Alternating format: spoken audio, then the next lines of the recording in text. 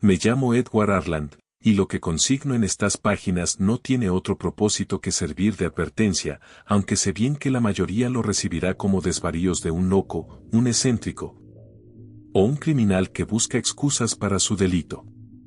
Dejo constancia, sin embargo, de que todo lo que relato es verdadero.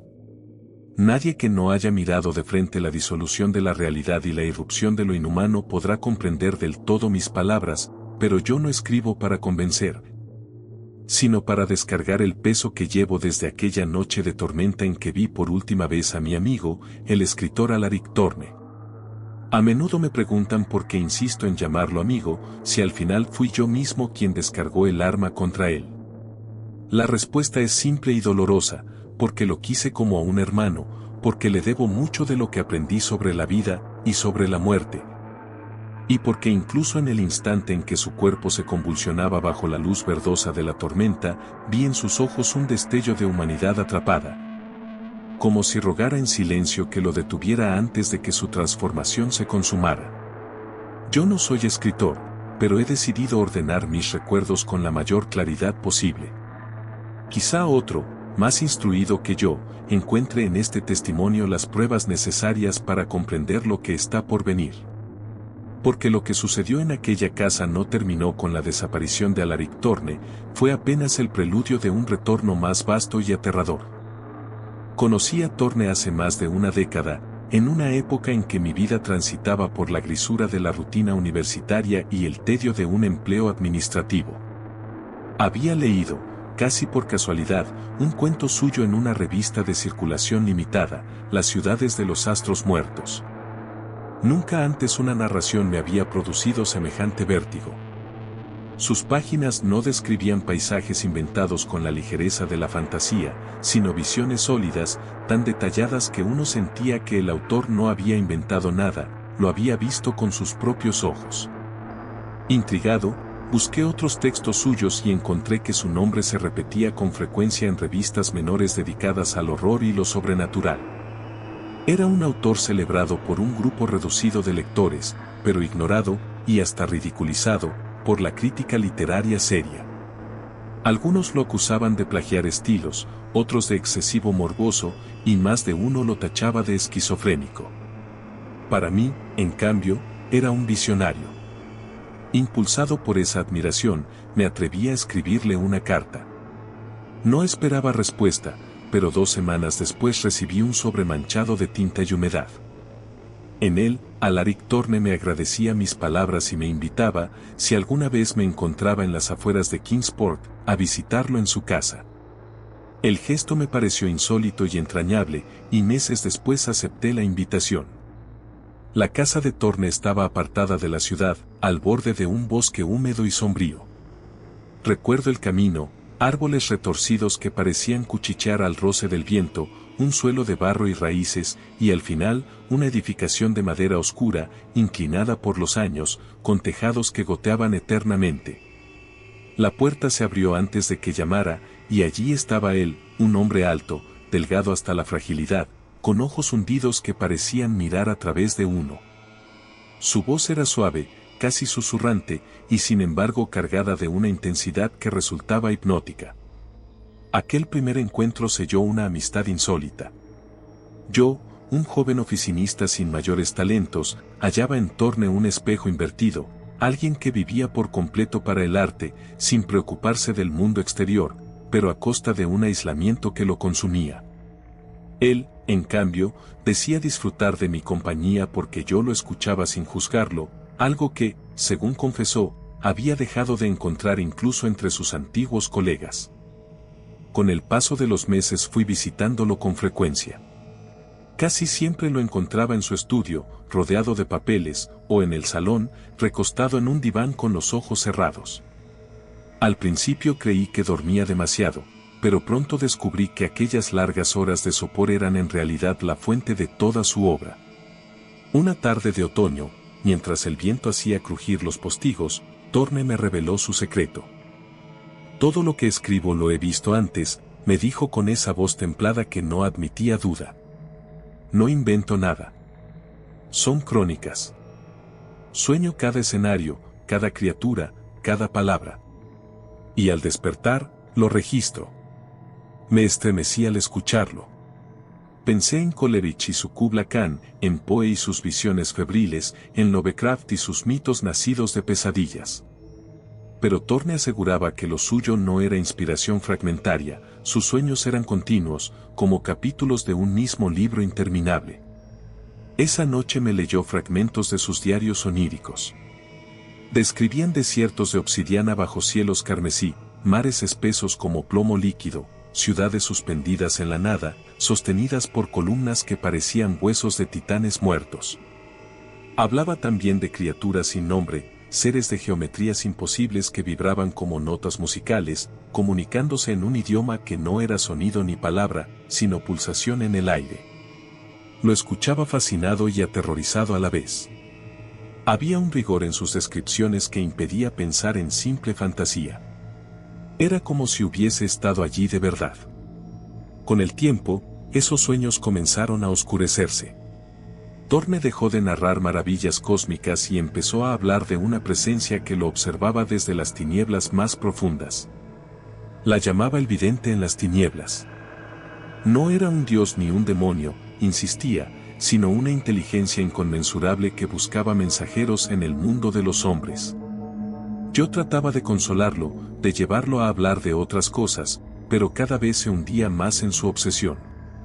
Dormía casi 20 horas al día y en las pocas horas de vigilia apenas comía o hablaba.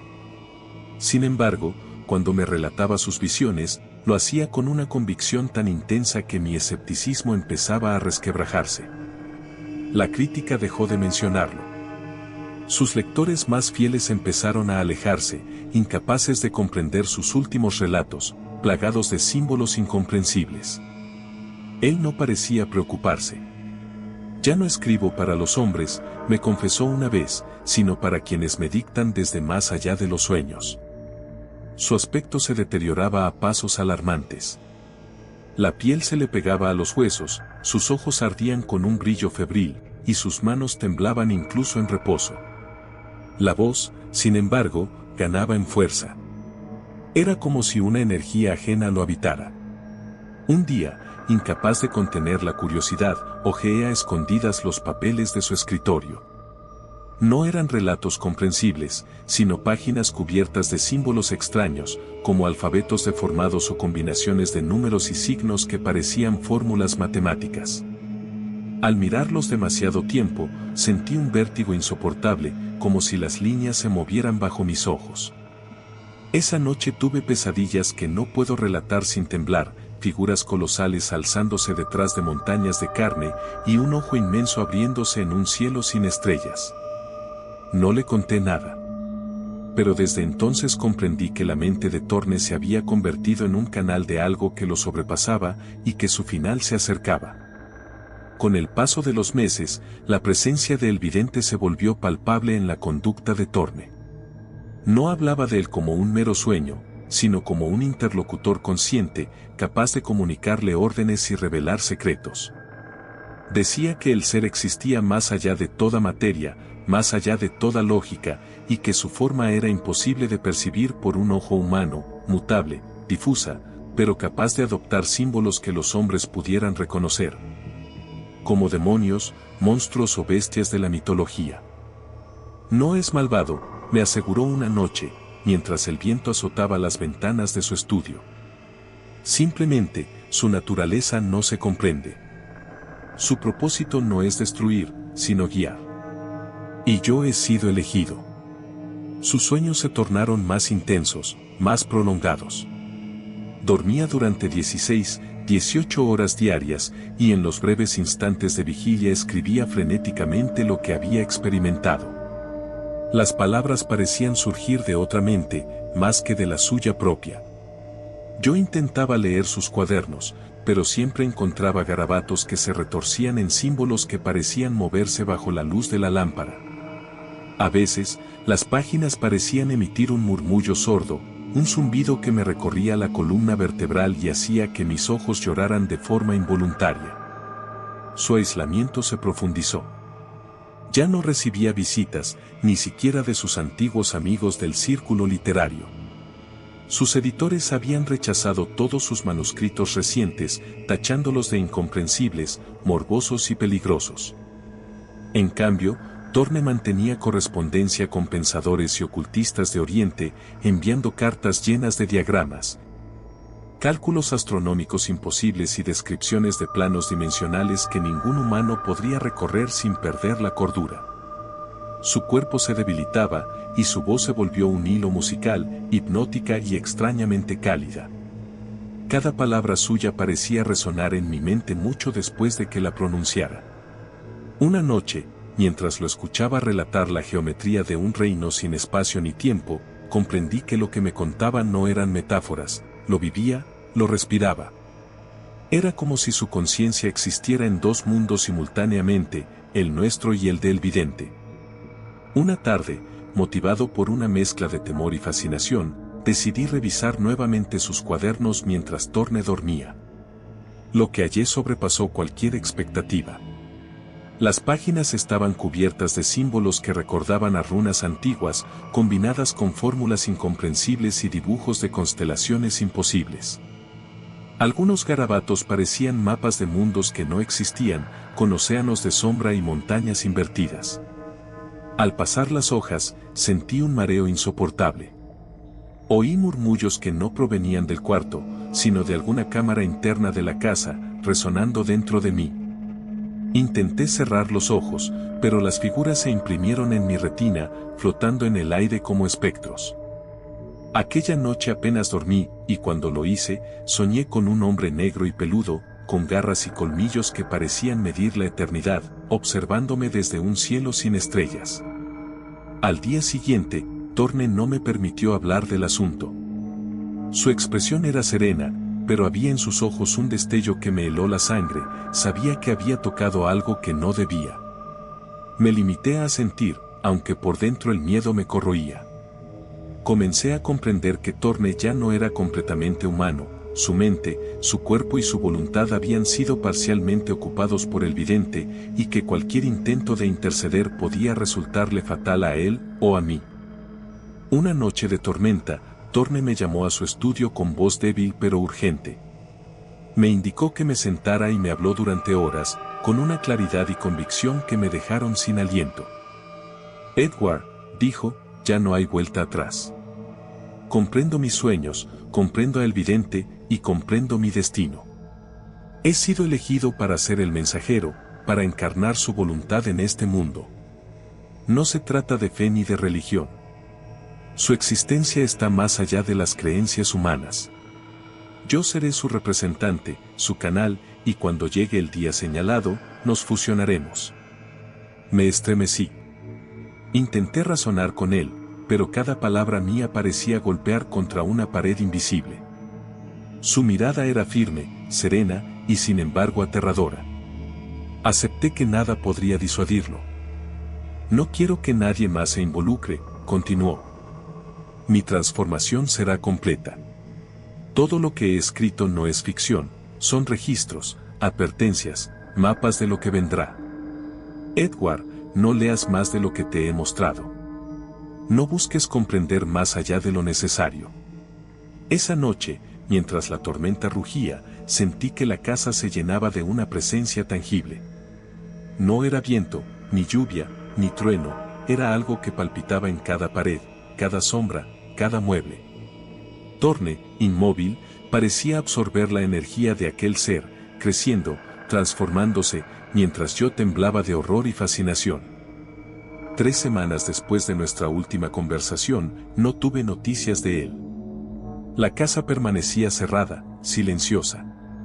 Sentí una urgencia indescriptible, debía verlo, debía asegurarme de que no se había perdido por completo en aquel otro mundo que habitaba en sus sueños. Tomé un revólver, sin saber realmente por qué, y caminé bajo la tormenta hasta su casa. El cielo era negro, y los relámpagos iluminaban la senda de barro y raíces que llevaba hasta su puerta. Al abrirla, un crujido resonó, y el aire cargado de humedad parecía presagiar lo que iba a ocurrir. En su estudio lo encontré recostado en el sofá, dormido. La luz de un relámpago iluminó su rostro pálido y sus extremidades tensas, y por un instante pensé que era humano. Pero la siguiente ráfaga de luz reveló la verdad: su cuerpo estaba transformado. El hombre que había conocido había desaparecido. En su lugar yacía una criatura negra y peluda, de ojos verdes brillantes, hocico de perro y garras colosales. Su respiración resonaba como un tambor de metal hueco, y una energía oscura parecía emanar de su cuerpo, saturando la habitación con una vibración que hacía temblar mis manos. Actué por instinto. 3 disparos resonaron mientras la criatura gritaba, un sonido que no era humano, sino mezcla de rugido y eco de miles de voces. Corrí hacia la puerta, tomando los papeles que había sobre su escritorio, y salí a la tormenta. La casa quedó en silencio absoluto. No había rastro de Thorne, ni de la criatura, ni de los manuscritos. Cuando la policía inspeccionó el lugar días después, solo encontraron un traje tirado en el sofá. Ningún rastro de violencia, ningún cuerpo, ningún cuaderno. Regresé a mi hogar, y quemé los papeles que había tomado. No quería que nadie viera lo que Thorne había vivido, ni que lo consideraran un loco. Sabía que lo que presencié no era ficción, la transformación había sucedido, y la criatura que fue Alaric Thorne seguía existiendo en algún lugar. A veces, en noches de tormenta, siento su presencia cerca, como un susurro en el viento o un brillo verde tras la ventana. Y me pregunto, ¿llegará algún día el día señalado de su encarnación completa? ¿Y qué sucederá cuando eso ocurra? No puedo dormir sin sentir miedo, ni puedo escribir sin recordar sus palabras: los horrores no nos circundan, están entre nosotros. Alaric Thorne no estaba loco. Su legado continúa, oculto y silencioso, esperando el instante en que la realidad y el sueño vuelvan a fusionarse, y lo que yo presencié se haga visible para todos los hombres.